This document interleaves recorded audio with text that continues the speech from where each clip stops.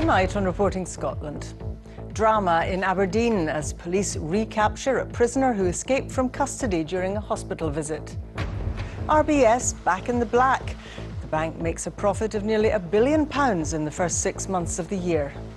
I'm very glad that it's happened.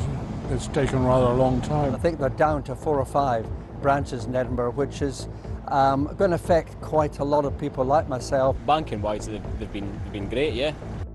Also on the programme, Right, boys, take a seat, please.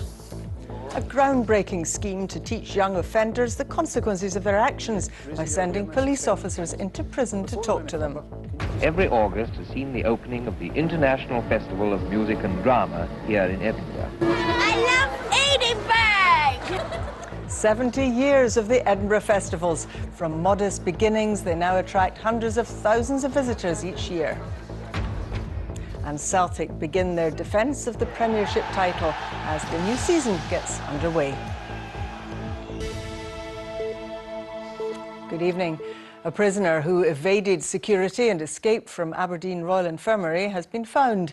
Extensive searches were carried out overnight for 24-year-old Lee Hipson. He was recaptured this afternoon. The Royal Bank of Scotland, which is still predominantly owned by the taxpayer, has reported a substantial profit after a £2 billion loss for the same period last year. The bank made almost £940 million in the 6 months to the end of June. Andrew Anderson has more. It was the bank that so nearly went bust, bailed out with billions of taxpayers' cash. A decade on, the numbers are looking a little better.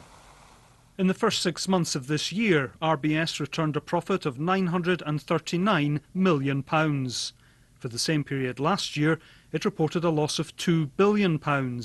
However, for the whole of 2017, RBS is still forecasting a loss. We are likely to see that based around a fine that we're likely to get out of the United States for business that was done back in 2005 and 2007.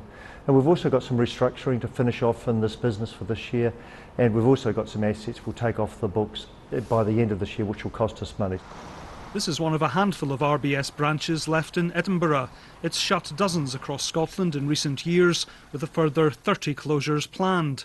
So what do customers make of today's figures? You're a customer and shareholder of the bank. The first 6 months' profit since 2014. What do you make of that? Well, I'm very glad that it's happened.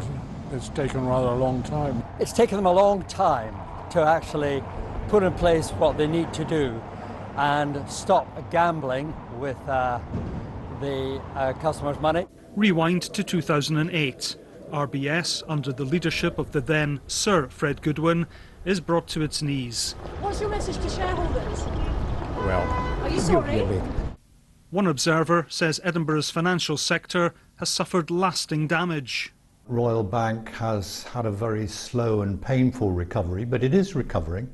Morale is much better than it was a few years ago. So they're on a slowly upward trend, but we'll never get back to the situation where we had 2 of the largest banks in Europe headquartered here in the city of Edinburgh. And RBS is still facing challenges. Last month it agreed to a £3.5 billion settlement in the US for its role in the sale of risky mortgage products. And today the bank revealed it's under investigation by the UK regulator over allegations of money laundering. It declined to give any further details on that for the time being. For RBS, things could only get better, but this important Scottish institution has a way to go on its road to recovery. Andrew Anderson, reporting Scotland, Edinburgh. A spectator who witnessed a crash which killed 3 people at a car rally in the Borders has told a fatal accident inquiry he heard the driver say, "I've taken lives."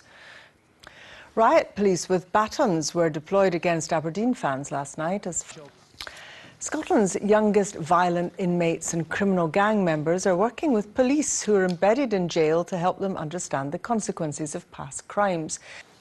£400 million worth of Scotland's property and infrastructure is at risk from coastal erosion, according to Scottish Natural Heritage. A new type of nursery provision has been launched in Aberdeen to enable parents to stay with children during nursery classes. It's one of 14 pilot projects running across Scotland, part of the Scottish Government's drive to increase free childcare hours. Rebecca Curran reports. You can eat the cakes. It's a nursery, but not as we know it. Instead of dropping their children off here, these parents stay, play and learn. It's more for my daughter. She's 20 months, so she's just on the younger side compared to the rest of the kids. But it's so she can get her confidence up, meet other kids her age kind of thing, and get to know them. And I get to meet other mothers and, you know, just speak about day-to-day things like, oh, I've not had a hot cup of tea for this amount of days, or it's fine just to get a mum chum. You can, it's all the stress about the same thing. Why we're doing what we're doing. The Scottish Government has faced criticism amid claims the number of childcare providers has fallen to a new low. This service is one of 14 similar trials taking place across Scotland in a drive to almost double free childcare hours to 1,140 a year by 2020. It's about looking at different models to engage those families. We know that uptake for eligible 2-year-olds hasn't been as high as we would have liked it to be, although it is increasing. And this is looking at whether we need to look at different models of delivery to encourage parents and children to get involved at the earliest possible stage. This service is as much about the parents as it is the children. It's hoped that learning and playing together in the early years will make them feel more confident and engaged. The sessions are aimed at disadvantaged 2-year-olds and their families. We know the problems with the attainment gap and the terrible attainment gap between those who do have lots and those who don't have so much.